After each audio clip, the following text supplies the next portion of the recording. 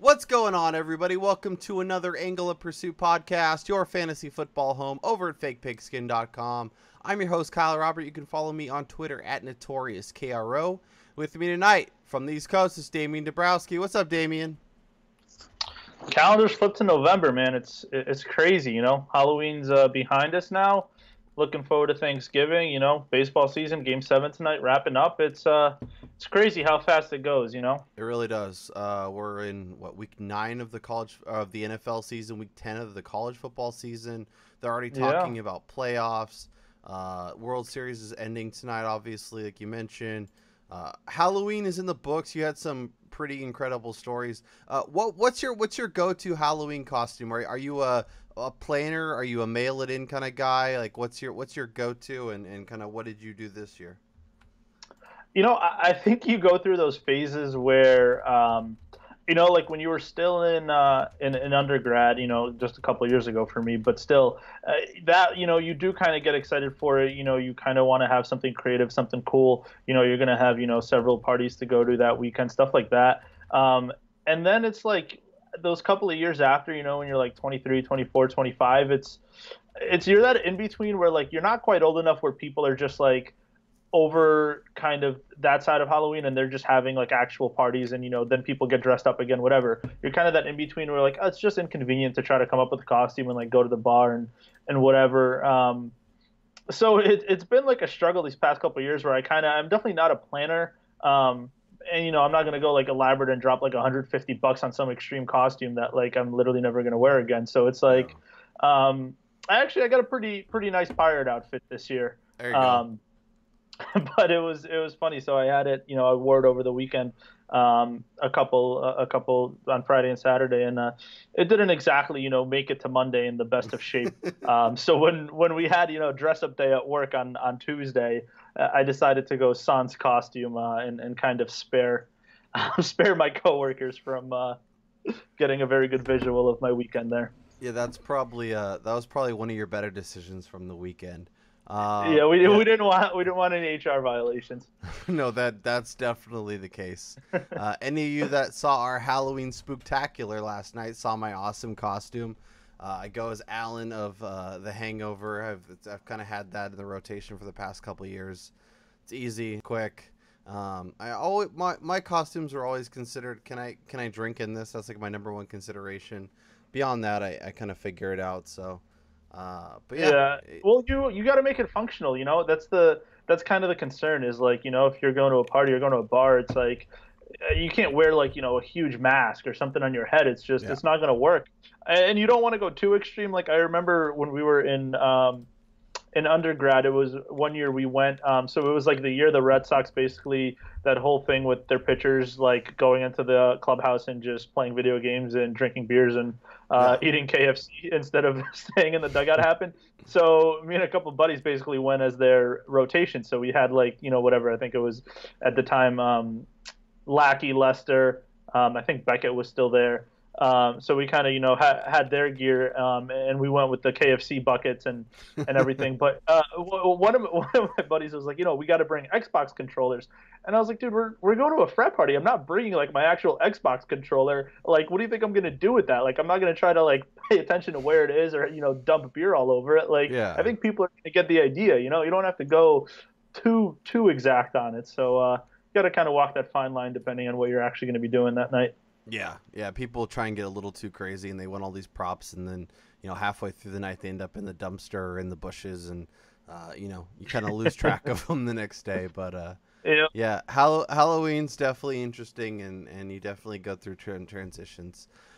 Speaking of transitions, let's talk about some of the big trades that went down. Obviously, Ron and I chewed it up pretty good last night. So if you want my takes, if you want Ron's takes on Ajayi, Kelvin Benjamin, Jimmy G, all the stuff going down, definitely check out our Halloween spooktacular. But Damian, I guess of all the trades, is there one that stood out to you as one you're most excited about for fantasy, whether it's for their new team or for the old team or any of that stuff? It was weird because I think we definitely had some name brand players move in terms of Ajayi and Kelvin Benjamin, things like that. And I think a lot of those moves had maybe perhaps more impact kind of on the actual landscape of the NFL and the makeup of those teams going forward and even into next year. But I didn't see a drastic effect really in terms of fantasy for any of these guys. I think probably if I had to pick one, I actually, and it's not a sense of what could happen, I guess is the best way to phrase it. I think the most interesting situation would be kind of what happens with Devin Funchess in Carolina if he, vaults up to kind of being a mid-tier wide receiver too now that he's basically the only show in town until Greg Olsen gets back. Yeah. The concern there, I think, is he was already getting 8 or 9 targets a game and just not doing that much with them. So I don't think it's a situation where all of a sudden, he's going to be seeing 15 targets. So perhaps it'll just be hopefully more downfield opportunities, more chances to make big plays. But I think a lot of the other guys, I mean, Ajayi, again, the offensive line, that the situation is better in Philly, but we don't know. They still have a few other guys there. I don't think he's going to walk in and start taking 24 carries a game over there. So you kind of have to manage that a little bit. I don't think really much changes for Benjamin in Buffalo. Obviously, the Garoppolo trade, that was more of a long-term play, which I don't know. I mean, we saw Kyle Shanahan came out today and said, don't necessarily, he's not necessarily guaranteeing that we're even going to see Garoppolo this year, which I guess seems a little bizarre because it's not like, they're guaranteed to sign him, seeing as he's a free agent. So if you don't sign him and you just give process. he just gave up Joel a Embiid. What's his name? The dude, Sam Hinkie. He's in the Bay Area. Maybe he's been whispering in John Lynch's ear, whispering in Kyle Shanahan's ear. Hey, take it easy, get your draft picks, and then put in Garoppolo next year. I think. Yeah, I mean, it's up to Garoppolo. If he doesn't right, want to stay there, you can't do anything about it. You don't give up a second-round pick just for maybe we get him for 2 games. Like, I'm guessing there is more at play, and they, back channels and whatever, to kind of get an understanding that he plans on being here long term. Yeah, I guess that's a good assumption. What do you? Yeah, obviously you're a big Pats fan. You've watched a lot of Jimmy G. Do you think he can be a guy that, going forward, Carlos Hyde gets a little bit of a bump because he's got a real quarterback, Garcon and whoever else they happen to have at receiver, George Kittle's, we've seen him flash. Like, do you think he's going to be a guy that down the line can, in next season can be a legit quarterback, or, are we dealing with another Matt Castle here? Well, it's just the sample size is so small that I think it's hard. I think given the success that New England has had and kind of the prestige, if you will, that their coaching staff gets, in terms of getting these guys, and everybody figures, if the Pats drafted him pretty early, which they've been doing, despite the fact that they've had Brady, they've kind of spent some decent draft resources in terms of backup quarterbacks that really haven't played much for them, but the majority of them have kind of, whether it's Castle, whether it's Brian Hoyer, Jacoby Brissett, now Garoppolo, are basically kind of building up their value around the league simply by just holding the clipboard for Brady there. Obviously Garoppolo's looked terrific in the few games he's played, but I can't really extrapolate that with any confidence to say that's what we're going to see if he goes to a different system, a different situation, and plays a full season. I definitely think he has the physical tools to be successful, and I believe in Shanahan's offense and Shanahan's system. I think Hyde, you mentioned, is a good piece to have in the backfield. I don't really. They have some nice. I think Garcon. I don't know. At this point in his career, we see that he's not really a touchdown guy anymore. He's not a big play guy. More of just an underneath guy. I guess they have little pieces like whether it's Goodwin or Kittle or Trent Taylor in the slot, but it's certainly not an offense where I think they're a quarterback away from being this high-scoring unit. So right. I definitely manage my expectations, but I think if we're going on the assumption that he's going to re-sign there and he's going to be a Niner for the next couple of years, I'd probably put him as kind of a high-end QB2, probably in that 14 to 18 range, I guess, on a weekly basis, looking at next season. So definitely somebody that's worth pursuing, in a super flex league or something like that. But I don't think we're looking at, a top 8 quarterback right now. Yeah, and to your point about the limited, workload, C.J. Beathard has more attempts than Jimmy Garoppolo does over his career. So that tells you about that. I do think it's interesting. Shanahan's bringing him in, giving him time to kind of learn the system, and not, he wants him to succeed. And there was a young up and coming coach that took over the Niners in a ugly time, and that coach was named Bill Walsh, and they drafted this young whippersnapper named Joe Montana, and all of a sudden everything came together. So maybe Niner fans should get excited about 2.0. But just kidding. Um, Yeah, dream it was big, only right? like 30 years ago. No Yeah, worries. dream big. Yeah, it does allow him to draft offensive line and kind of focus some other stuff and hopefully get some stuff fixed. Yeah, so I'm with you in terms of all the moves. Like there was, like I'm excited for Benjamin. I'm excited. More for Tyrod Taylor. I think he gets a nice bump with Benjamin. I think I'm with you on Ajayi. I'm worried about kind of the volume and the touches and all that stuff there. But let's jump into it, Damian. We're going to pick it up like we did last week. We're going to go position by position, talking about some quarterbacks, some running backs, some receivers, a few tight ends, and throw out some names and kind of see how we feel. Help you guys hopefully make some decisions as we head into week 9. And we'll start at the quarterback position. Been balling out of his mind. At home this week versus Denver, or if you're a Wentz owner, is iteration here and thinking maybe there's another option that might be a little bit better? I can't see a way you bench him right now, just the way he's playing, the way that offense is playing.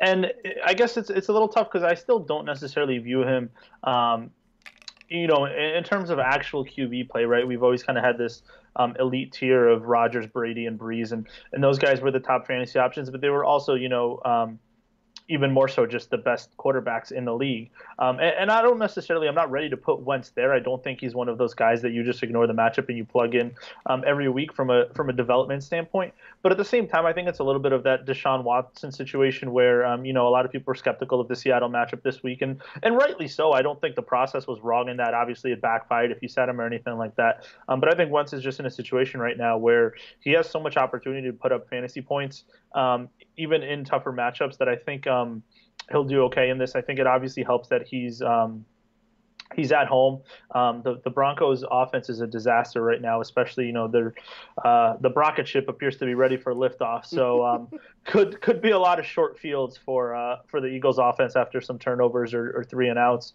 And at the same time, I think what's encouraging here, even in a difficult matchup, is that if you look at Wentz's kind of primary weapon in that offense, it's Zach Ertz. It's been Zach Ertz all year, and that's kind of the biggest weak spot of the Broncos here. They're terrific on the outside with Talib and Chris Harris, and obviously very good in the run in terms of stopping the run game. But we saw Evan Ingram put up a good game against them a couple weeks ago. Travis Kelce absolutely shredded them last week on Monday night. So Ertz should be able to do a lot of damage in the middle of the field there, and they don't necessarily, the Eagles don't lose much. If they put Talib on Jeffrey and Jeffrey doesn't do anything, that's fine. He hasn't done much for most of the season, and they don't even have a clear number 2. So Chris Harris is kind of wasted in terms of his abilities there. They'll probably be able to use, Nelson Aguilar in the slot a little bit, or whether it's Mac Hollins. There's just enough guys in here that there's not, it's not one of those narrow passing tree things like we talk about with the Jets, 2 years ago, where kind of what the Broncos were at the start of this year, where, it's 2 main guys, and if you have 2 great corners that can shut them down, there's really nowhere else for this offense to go. Wentz has a lot of different options. He has a lot of different ways to score points here. And I think the game flow is going to be in his favor. I don't think it's going to be a 35-point game for him, but I think he's soundly inside the top 10, even if it is a little bit, towards the back end there. Yeah, I think you kind of mentioned the rocket ship thing, and I think you have to enter this game with a little bit lower expectations. We saw it last week in San Francisco, same kind of thing. I think this could be a game the Eagles actually dominate and do really well in, and with the Denver's defense being pretty good, maybe it ends up getting a little ugly at the end, and Carson doesn't have to do a 200-yard, 2-touchdown game, which is fine. But I wouldn't expect a monster performance here. What about Cam Newton? Been kind of up and down season for him. Obviously, he doesn't have Benjamin anymore. On the road at Atlanta. It's at Atlanta, right? I believe it's. Yep. It's at. No, it's home. It's home for Atlanta. how do you feel about Cam and kind of his potential for this week? Is he a guy that, you're streaming, or you're a guy that you're comfortable just plugging? We mentioned this a little a couple of shows ago. It's hard to have Newton and carry a backup quarterback, so I think a lot of teams are going to be in situations where if they have him, they're going to have to play him. And he's always has kind of that upside because we've seen him start running a little bit more again. And now that it seems like there's really nowhere for him to go in that offense in terms of weapons, he might do that even more so. But I don't think this is going to be a great passing game. I mean, I don't know where he's going to throw the ball. Funchess is really his only guy. Olsen's not going to be back quite yet. I know Do you he's think practicing, but Curtis Samuel can be a part of this offense now? not with any type of consistency. I think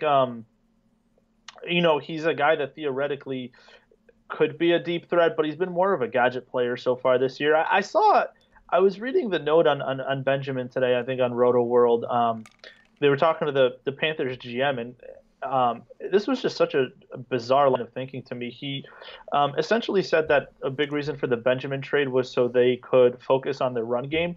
The Panthers, that is, that having Benjamin was basically like clogging up the box because it was bringing in, defenders and making it harder to run the ball, which it does not make any sense to me. I understand that Benjamin's not really a deep threat, but if you split him out wide, the only person really on him is the corner, who isn't impeding your ability to run the ball between the tackles at all. Yeah, And very strange. if you're saying what the safety is going to play in the box now because of Benjamin, you'd still be throwing the ball to Benjamin in one-on-one coverage in those situations because he's basically twice the size of any corner you had. And from a run blocking perspective, he should be a great run blocker because he's basically a tight end. So I don't understand how getting rid of him is somehow going to improve the offense, and Yeah. especially in terms of the run game. And are we trying to say that Benjamin being on the field is why Christian McCaffrey's getting 3 carries for 4 yards every game? Well, It's just so the one thing I will say is they are replacing a tight end with another tight end in Devin Funchess, but maybe it's a Ron Rivera thing. Maybe, the coach is set in his ways and he keeps calling plays because Kelvin Benjamin's out there. So remember, I know the old school A's where Billy Bean wanted certain guys on the field and they traded away all the old ones because Art Howe wouldn't, play. He'd play the guys he liked, and so Billy Bean would get mad and trade away those players. So who knows? The whole Christian McCaffrey experience has been incredible. People are ready to write him off. I think he could definitely see a bump in targets. So if you own him in PPR, maybe you get a few more catches. But yeah, they refuse to run him the ball. So unless they can trade Jonathan Stewart, I don't know. I don't see it happening. What about my streamer of the week, Damian? Jared Goff at the Giants. I love it. How are you? I wouldn't say I love it, but I guess it's kind of on the bad side is we don't generally love West Coast teams coming to play on the East Coast. Mm-hmm. Obviously outdoors, and the Giants do have a strong secondary, but it does look like Janoris Jenkins has been suspended. Yep. No, he's done for. I'm looking at it. Yeah, he's done for probably looks like the season. So he's definitely not playing this week. The Rams are coming off a bye week. The Giants defense, 3 of the last 4 weeks have allowed either 300 yards or 3 touchdowns, and 3 teams got 3 touchdowns against them in the last 4 weeks. Even Denver lit them up for 394. Phil Rivers, Jameis Winston. So, this is defense that, yes, we expected a lot from. I think they're just not living up to that, especially the past few weeks. And 2 of those games have been at home when they got torched for 3 touchdowns. So I like it, and I think Eli Manning having Sterling Shepard back and Evan Ingram can produce a little bit, which will force the Rams to throw and keep pace. So it's a really ugly week for streamers, and for anyone that's around 50% or less is what I tend to aim for. So that's why he stood out for me. Yeah, no, I don't think it's a terrible call. I think the Jenkins suspension really makes a big difference. Mm-hmm. They suspended DRC I think 2 weeks ago for a game, so I don't know. This is a disaster of a season for the Giants. We'll kind of see if they can get it together, how motivated they will be. But I think if there's ever an opportunity to hit Sammy Watkins over the top for some big plays, we've been seeing some decent work from Robert Woods and Cooper Kupp underneath. So Yeah. Do you have a preference between the two? I think I guess I'd say that the way it's been going lately, I think Woods probably has a little bit of a higher floor. I think he's been seeing, somewhere between kind of 55 and 70 yards 3 weeks in a row now. But he doesn't have any touchdowns. And Cooper there has 3 or 4 already on the season. So while his floor is a little bit lower because he will have those, 3 for 25 games, he does give you a little bit of a higher ceiling in terms of being able to get in the end zone. So, it depends on the rest of your team, but I think those guys are actually pretty close together, kind of, even if they get to that point total in different ways. Are you playing Sammy Watkins in leagues where you own him? Problem is I dropped him pretty much everywhere I had him by now. Because you're a smart fantasy owner. Yeah, I wouldn't. I wouldn't feel great about it. I think, if you're struggling on bye weeks and he's on the wire or he's, the last guy on your bench, I think this is as good a week as any to throw him in there. But it still wouldn't shock me, if we see 3 for 33 or something like that. Yeah, if you're shooting for upside, I don't think it's a horrible way to go. Let me ask you, Kenny Stills, Ted Ginn, Sammy Watkins, if you have to start one of those guys, do you have a preference? It's probably, well, if Parker's still out, it's looking like he's going to play. But if he were out, it's going to be Stills. I think if he plays it might be Ginn, actually. I think that game's going to be a little bit of a shootout. We know how bad Tampa's secondary is. I know it didn't really capitalize last week, but I'd probably go Ginn, Watkins, Stills right now. Yeah, I think I'm with you, especially with Parker coming back. Digging deep, scraping the bottom of the barrel if you're looking and you're desperate and there's a lot of teams that own multiple quarterbacks and you need to find a streamer. Jacoby Brissett at Texans, Drew Stanton versus the Niners, and C.J. Beathard versus Arizona. Are you starting any of those guys? Talk about a poop fecta, man. Yeah. That Stanton Beathard matchup, that's like. I think that could be kind of sneaky awesome though. Both the Niners and the Cardinals are atrocious against the pass. Niners are second, Cardinals are third in terms of most points allowed.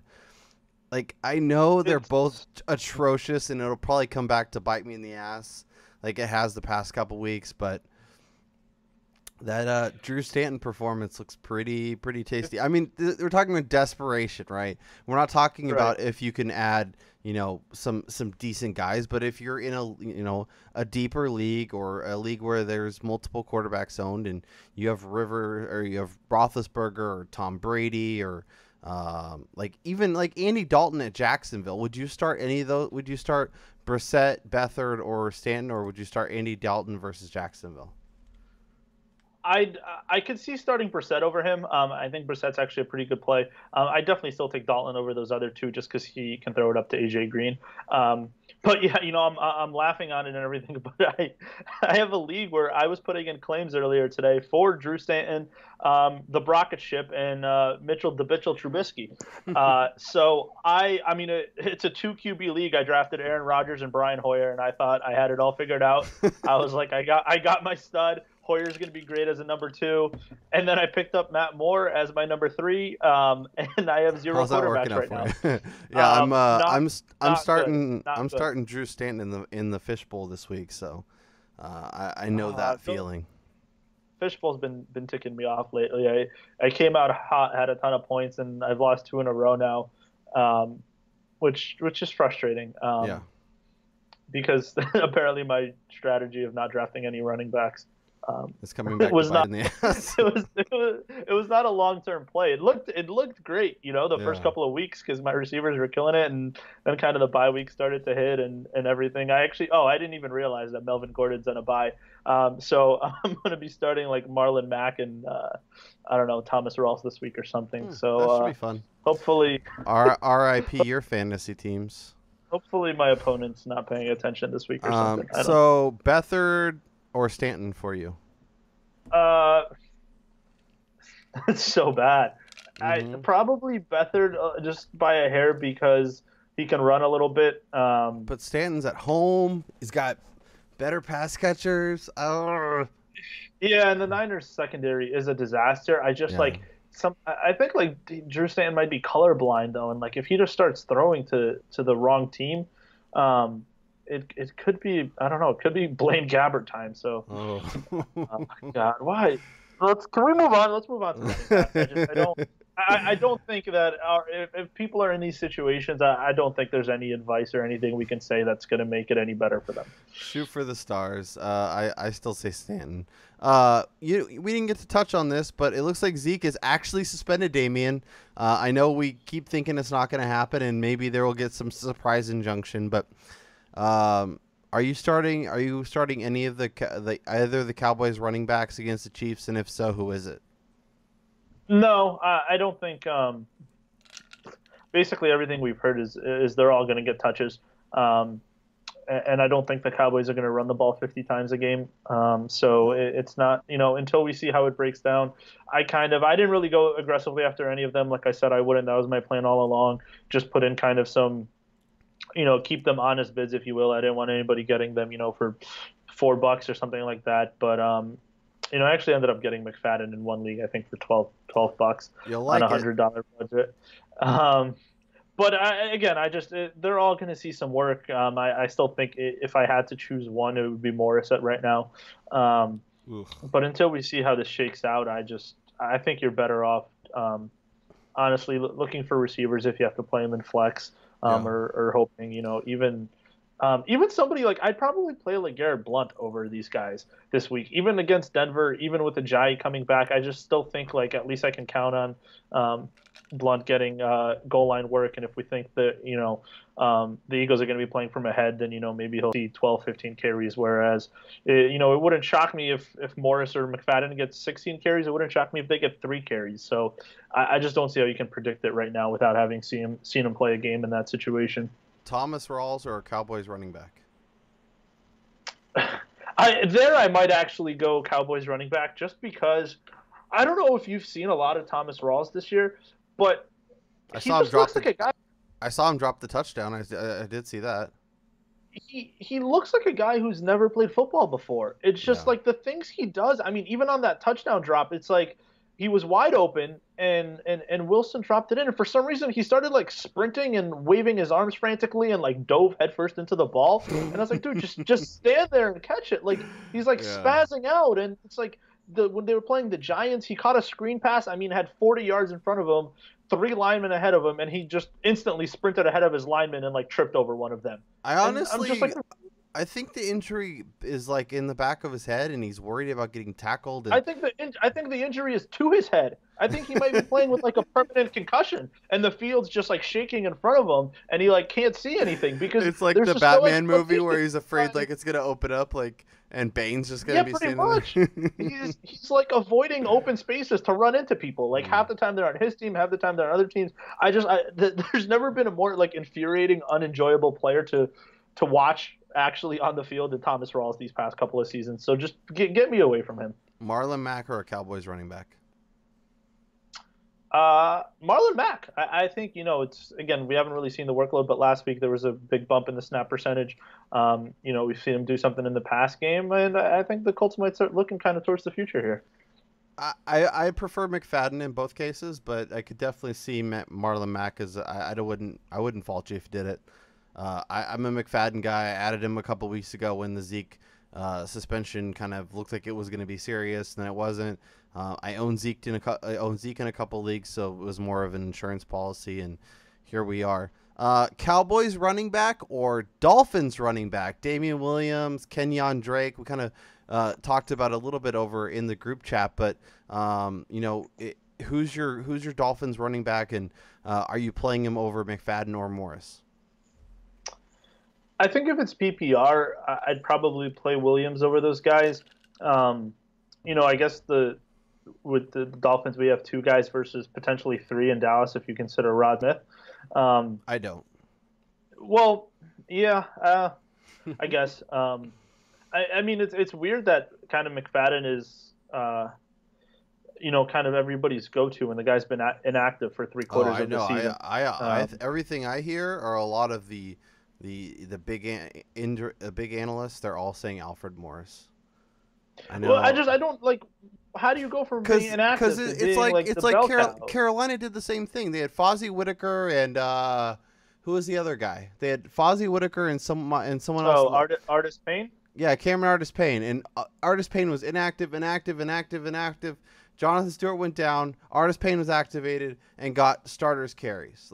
That happens. I think they've kept McFadden under wrap because they know how fragile he is and how he can get broken and how they don't want to let him wear down because they knew this was going to come eventually. So I think Alfred Morris stays in his role and maybe gets a little bit of a bump. So he's like 35% of the carries instead of 15 or 10.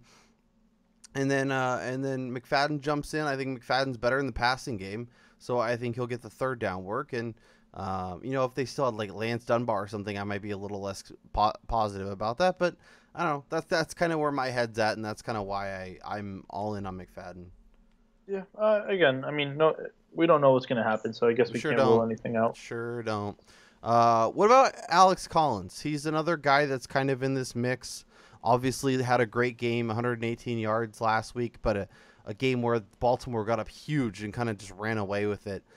They're playing my Titans. My Titans are terrible at defense, so there's going to be opportunities even if Flacco doesn't play this. I mean, they could barely beat the Browns, so I'm not super optimistic about this game.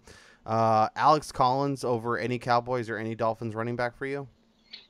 Oh, absolutely. I mean, he looked terrific last week. I'm sure the Seahawks would love to have him back right now. And he caught a couple passes, which is great. We haven't seen him do that yet. And, there is a little bit of concern. I think, Javorius Allen is still getting a lot of work. He'll get the majority of the passing work. And he was even in on the goal line there. But I think, I don't really – we'll see what happens with Flacco, but I definitely think they're going to be running the ball, a lot.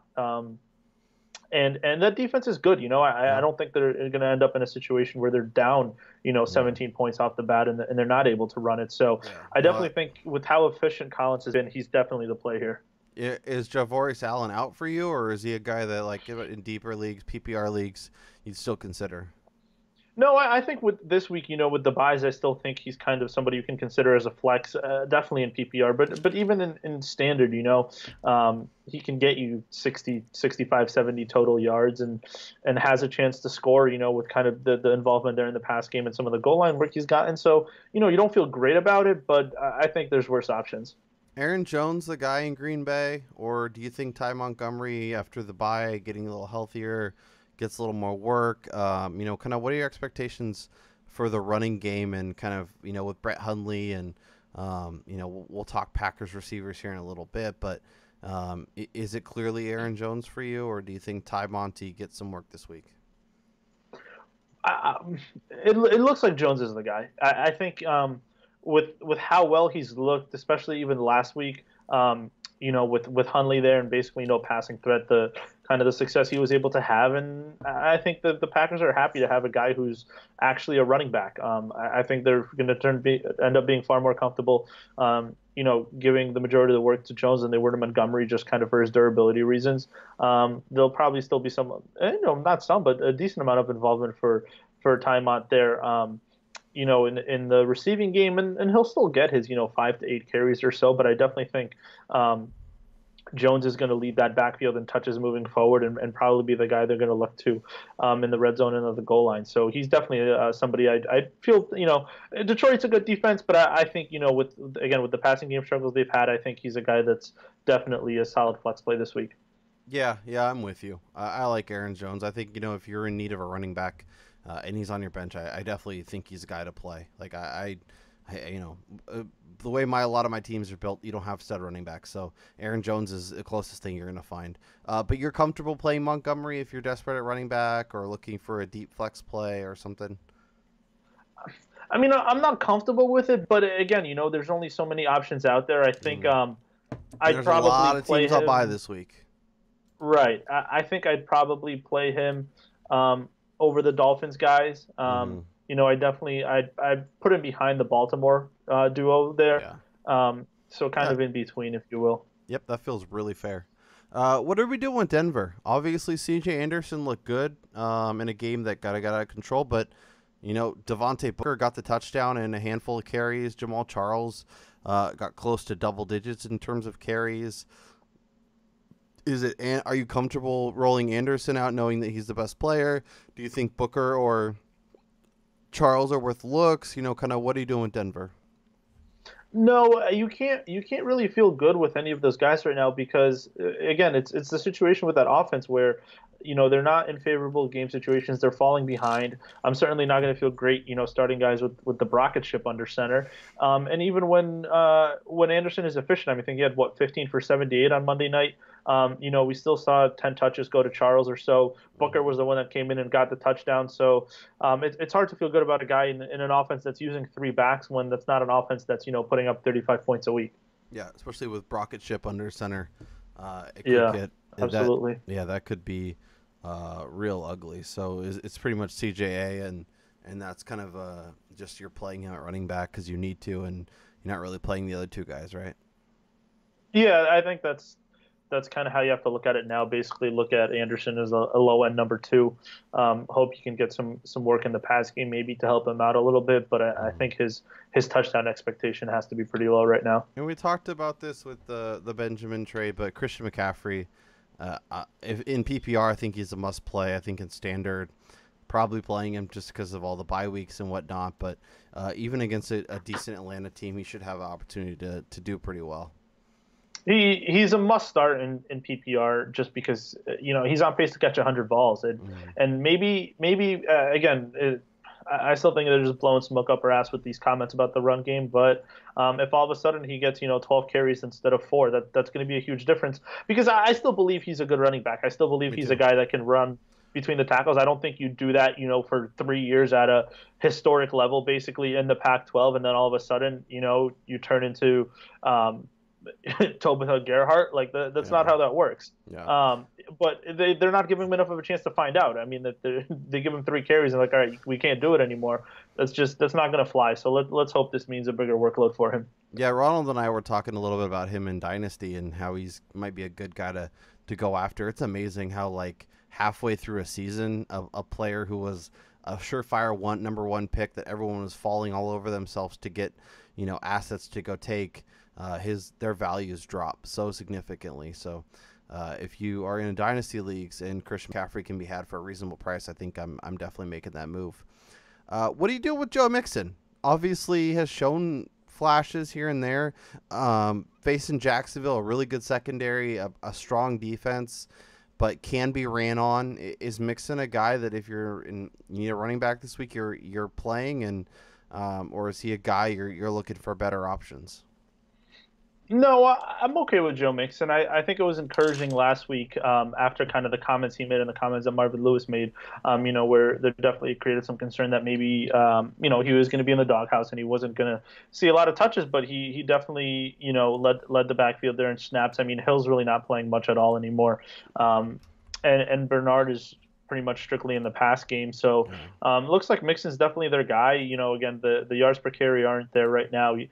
We know that line is a concern, but we saw him make a big play in the passing game last week. And he has that ability. He can take it to the house. He can break off long plays, which is what you want. If you compare that with a guy who's going to get volume, it's kind of the best case scenario. Obviously, you wish that the offensive environment there was a little bit better, like I said, with the line. But again, you said you can only be so picky with how many guys we're missing, and the fact that there just really isn't a lot of kind of bell cow running backs left. So the best you can hope for is get a guy with a lot of talent, and hope he can get 12 to 15 touches. Is Amir Abdullah one of those guys? Because this is a guy that the last basically 3 weeks has gotten less than 15 touches. The only time this season he got 20 touches, he got 94 yards and a touchdown. Green Bay is bad against the run, top 5 in terms of fantasy points allowed, but Amir Abdullah's last 3 run totals have been 31 yards, 54 yards, and 27 yards.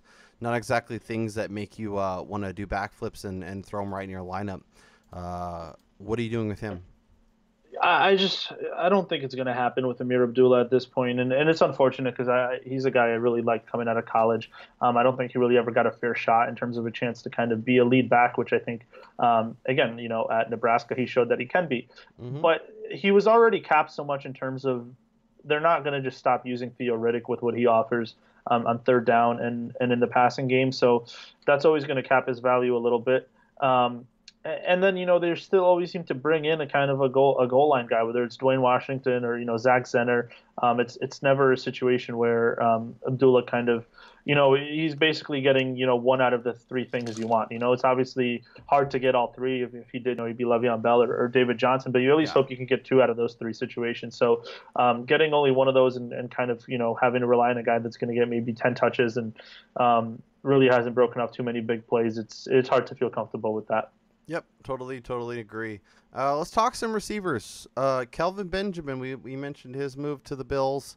Uh, with the Bills playing a Thursday night game, he's probably a guy that doesn't play this week, right? I would think so. I don't think it's too quick of a turnaround there. So that's kind of how I'm looking at it. And if he Yeah. does play, I'm definitely not using him because I think he'll be get 10 snaps here Yeah. or so. Yeah, I could see them maybe he gets goal line work. But that's it. What about Demarius? We already talked about the rocket ship taking over in Denver. It's kind of been a mess, anyways. I know it's Demarius. I know you probably used a second, third, fourth round pick on him. Is he a guy that you kind of have to play, or are you looking for the maybe not Kenny Stills if Parker plays, but those kind of guys: Sterling Shepard, Mohamed Sanu, Corey Davis, who's supposed to be back for the Titans. Like, are you looking at those kind of guys and playing them over Demarius Thomas? It's close, but I can't get there yet. I think we're at a point where you just look at targets, and Yeah. this guy's basically a lock to get between kind of 8 and 12 targets most weeks, and we know he's an uber talented player. Obviously, getting Osweiler in here certainly doesn't bode well for him.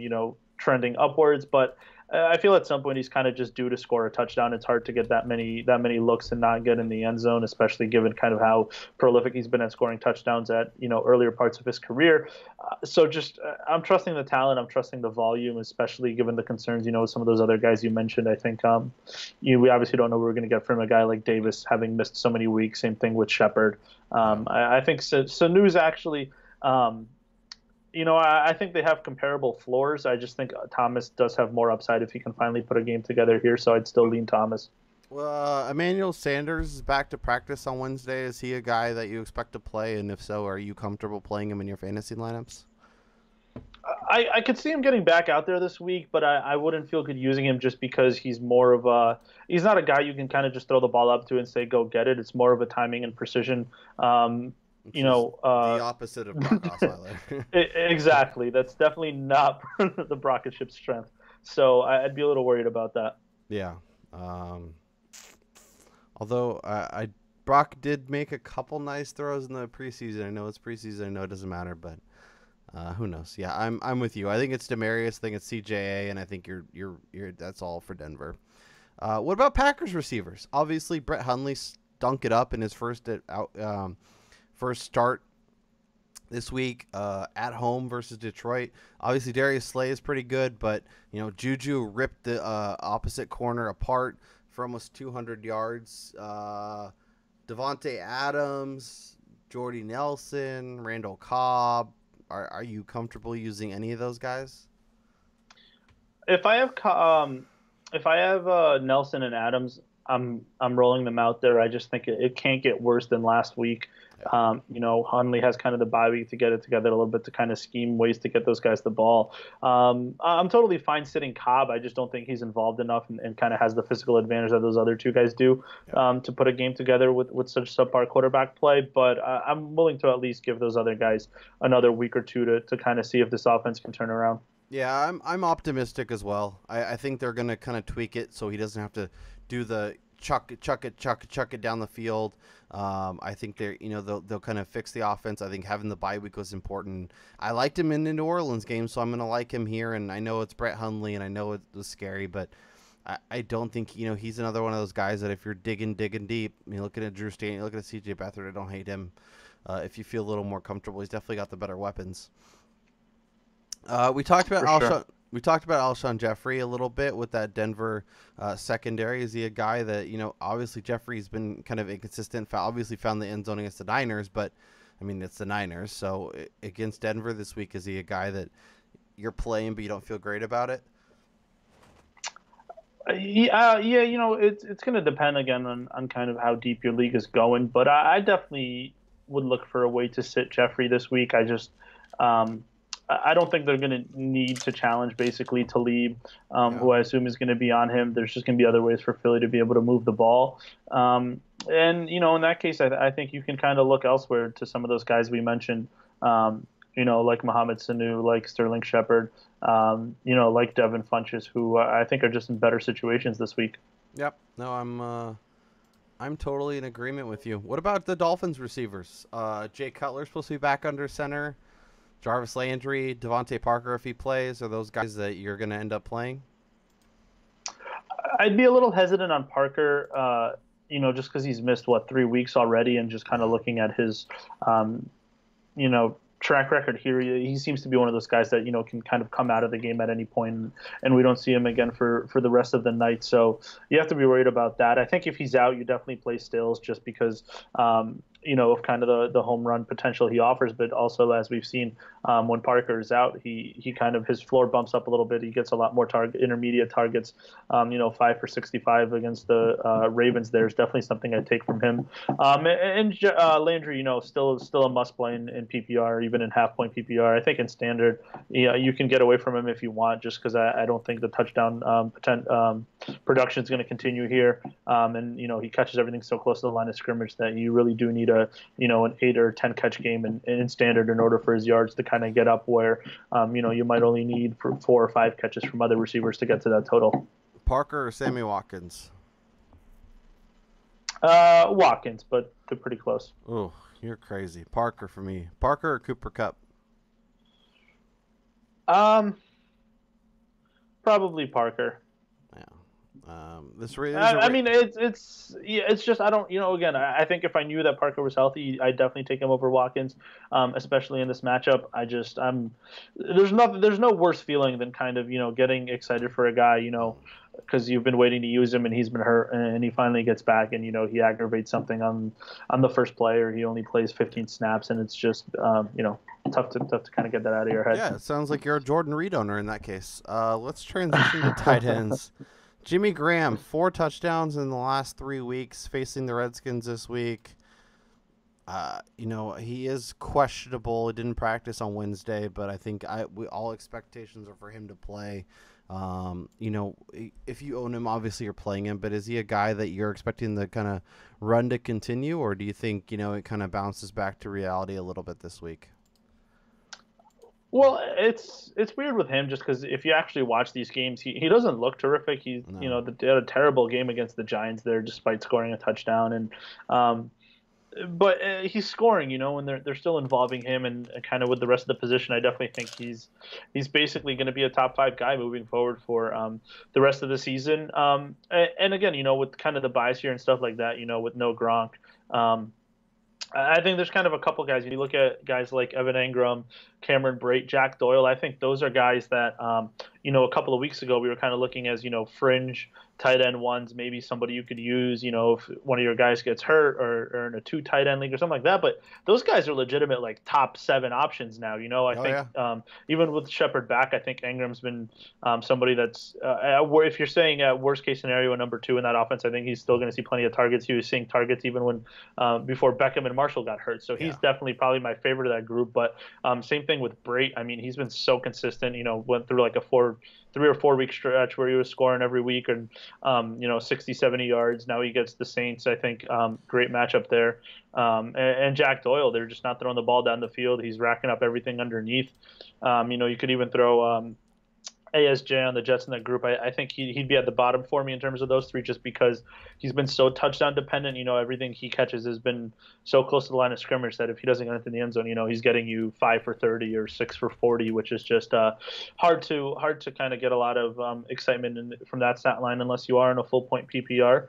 And then I don't know, if you kind of have some lower tier names, I think, Vernon Davis is an interesting name with Jordan Reed being out. I know Seattle's historically not a great matchup, but we've kind of seen the struggles they've had this year. And then also, Tyler Kraft. I know that's Croft, not Kraft. That's the mac and cheese, right? Yeah. Who doesn't love that? Nobody. Or But everybody. I think yeah, crush some barbecue chips, sprinkle it on there. Oh, Game changer. I'll have to try that. Um, You just blew my mind. yeah, a little pro tip. Had that at Yeah. like an actual actual like barbecue place, and That it was sounds like phenomenal. I was gonna say I thought it was like a college discovery, like when you were like Oh, hungover one day. I wish. I mean, I was in college at the time, but I can't take too much credit for that. So yeah, there's your Tyler Croft analysis.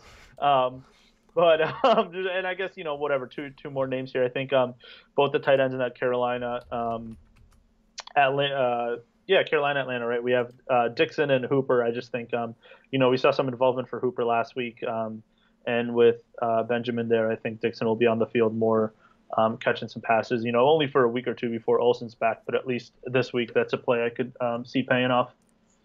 Do we expect Jameis Winston this week? It's a great question. I know he's questionable. I know he played like absolute garbage a week ago against Carolina. I know it's at New Orleans. New Orleans defense is actually becoming a lot better. They've been producing and doing some stuff out there, making some turnovers. Not they're not just a walk in the park anymore.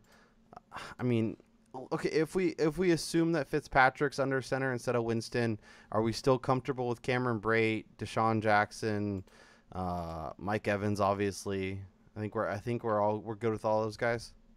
Yeah, I don't think it really makes that big of a difference. I think Fitzpatrick will probably have a couple more turnovers maybe, but I still think he's going to give all those guys plenty of opportunities. We saw what happened in that Arizona game where they all still got fed. Brait and Jackson got in the end zone, so I wouldn't really be that worried about it. I think that's actually, not if you're in a deeper league and there's not a lot of QBs available. If I had Jameis, I'd probably pick up Fitzpatrick before I would pick up like Stanton or Beathard or something. And Mm-hmm. If Jameis is out, just play Fitzpatrick. But I think if you own Jameis and Shout Taylor, somebody that I picked up in one of those situations this week, and I think it's tough because it's a Thursday game, but I think the way it's looking for Jameis, I'd honestly probably play Taylor. Oh yeah. Over him right now. Somebody like Derek Carr, I'd play over him. So definitely not. Jameis is not going to be, even with the New Orleans matchup. You mentioned it a little bit better, but just with the health concerns, he's not somebody that's going to be a top 10, top 12 play for me this week. Yeah, no, I would play Jared Goff over Jameis Winston. I would play Derek Carr. I would play Matthew Stafford. I would play. Yeah, I don't. Josh McCown is the guy who's been on fire, but I can't play him against Buffalo on a Thursday night. I just can't. I'm good. I'm good That's with fair. that. I mean, and I it helps that it's at home. and I love but... playing garbage quarterbacks. Don't get me wrong. I love playing garbage quarterbacks. Hey, I mean, you've been on McCown several times this year, so it's definitely not. It's on brand for you, if you will. Obviously, Jacksonville is a great spot this week. Yeah, just like avoid Andy Dalton, I think is a good way to go. But I want to throw out a couple defenses before we finish off here, Damian. I think New Orleans, if Fitzpatrick plays, I think is a defense to look at. The Niners and Cardinals have both been really bad this year, but they're also facing Drew Stanton and CJ Beathard. Are you comfortable using either of those if you're looking for a defense? Either is, I mean, Drew Stanton versus the Niners. It's just kind of the easily stopped force versus the object offering no resistance, if you will. I don't know how to come up with that. It's mangled that phrase there, but it's I get it. Yeah, it's the easily movable object versus the unable to stop force. I think probably avoid. Nailed. Absolutely nailed. I guess the Cardinals may be okay because they're at home and they still have Patrick Peterson and Matthew, so at least a couple of guys that could do something. I think I will say though, this comes from kind of DFS and from how things are going there, but I think just pay attention to kind of the news that breaks on Sunday in terms of I think weather and injuries are two things that kind of. We saw this in the Redskins game. We saw that the weather wasn't going to be great, and then it came out that the Redskins were going to be missing three of their starting offensive linemen and their swing tackle, I think. So, again, the Cowboys, nobody had the Cowboys defense. They haven't been good, but you put them in that situation and, they put up 18 or 20 fantasy points. So I think that's the kind of stuff you have to pay attention to. not necessarily a great defense, but a defense that's going to be put in a good spot. If the So Eagles, if the Eagles are available in your league, they're only about 10 to 11% available on Yahoo, but they face Brock Osweiler this week. Throw the Eagles out yep, there. I love definitely the Eagles. yeah. What about And I think Baltimore would be okay too. yeah. They're the Titans, they have some playmakers, but they're also they have a lot of those games where, I mean, we saw it against the Browns where just they kind of fall apart and they can't move the ball because they don't have one guy they can really rely on. So I don't hate that play either. What about Detroit versus Brett Hundley? Obviously, they've been pretty good up until the Pittsburgh game. Yeah, I think that's not a bad play. Even if Hundley improves I can't imagine a situation where he comes out there and throws for 350 yards. So should definitely still a mistake-prone quarterback, and I think they'll have some opportunities there. They've been an opportunistic defense so far this year, so definitely some upside to that play. Are you holding Pittsburgh through their bye? Uh, it depends. Obviously, it depends on kind of your roster. If you have some Mm-hmm. other players on bye that you can't really afford to drop, I'd be reluctant to do it. I don't think Pittsburgh is. There's not too many defenses I hold through a bye. I think really Jacksonville was one that I was definitely doing that with. But aside from them, um, it's tough. I'd probably be inclined to let them go, unless it is if you're in a situation where it's like a 14 or 16 team league, and some people already have a backup defense where there's only 8 or 10 available on the Yeah. wire. In that situation, I think I'd probably hold on to them, but it's definitely tough to kind of have the roster flexibility to do that right now. Yeah, if you're streaming the likes of the Niners and the um and like if Arizona and stuff, then you probably want to hold. Minnesota, another team that you want to, are they? So it's basically, is Minnesota or San Diego a defense that you'd like to hold through the bye, or are you comfortable dropping them if you have to? I'm I think Minnesota you might want to hold just because if the Green Bay situation doesn't improve Mm-hmm. and they still get the Bears one more time, I believe. So Yep. they could have They some get the good Bears, they situations get in the that division. Packers, they get Detroit who turns it over, they get Carolina who knows, they got Andy Dalton. I mean, they do have a nice run. I don't hate dropping Kansas City Dallas this week, who Dallas has been pretty good. They have a bye week after that, and then they face Eli. So I mean things will get better at starting week 11, week 13 against the Jets, but if you need a defense to play the next couple weeks, I'm very fine dropping Kansas City and then maybe trying to swoop back around and pick them up later if you need be. Also, don't be afraid to bid on defenses. I know people say Hmm. it's just at most $1 bid, but like if where Jacksonville got dropped, I had no problem throwing $10 on them and being like, this is gonna be my defense the rest of Yep. the year. They'll get me more points than all these $10 players I bid on every week that I end up dropping 2 weeks later. So, like you said, Kansas City tough spot this week. I don't actually hate it that much because I just think without Zeke, it's Yeah. not going to be the same Dallas offense, and those matchups after the bye are very good. So again, just when it comes up time, for them after that, don't be afraid to use a good waiver priority or some fab money on them because it's a game changer when your defense puts up 18, 20 points in a week. Yep, especially if you're looking at the what's available to be added, and it's like really like one or two defenses that you would be comfortable using. Throw a couple extra dollars on there just to make sure you get them, because you don't want to be scrambling and using a crappy defense just because, well, I didn't feel like spending an extra dollar. So just something to think about. All right, Damien, this was a lot of fun. Before we get out of here, I do want to thank our sponsor, Draft. Head over to playdraft.com/fakepigskin. Download the app. Fake Pigskin is the promo code. Google Play, iTunes, wherever you download. Play some DFS. Notorious KRO is my name. If you put $5 in, you get a year of Fake Pigskin Elite. You get Damien's Play Draft article, which comes out each and every week. Gives you some guys to target. It's really fun. It's a snake draft, so you don't. So you're not go up against sharks that are just, playing all these amazing lineups. There's, they kind of have to pick and choose who they're going with, and it makes a cool, unique experience. I know they have some kind of tournaments they're setting up, which is really cool, and, it's just a fun way to play. So sign up, deposit $5. You get $3 to play with. You get a year of Fake Pigskin Elite, and you get to help out our podcast. So we would greatly, Dabrowski. I'm Kyle Robert.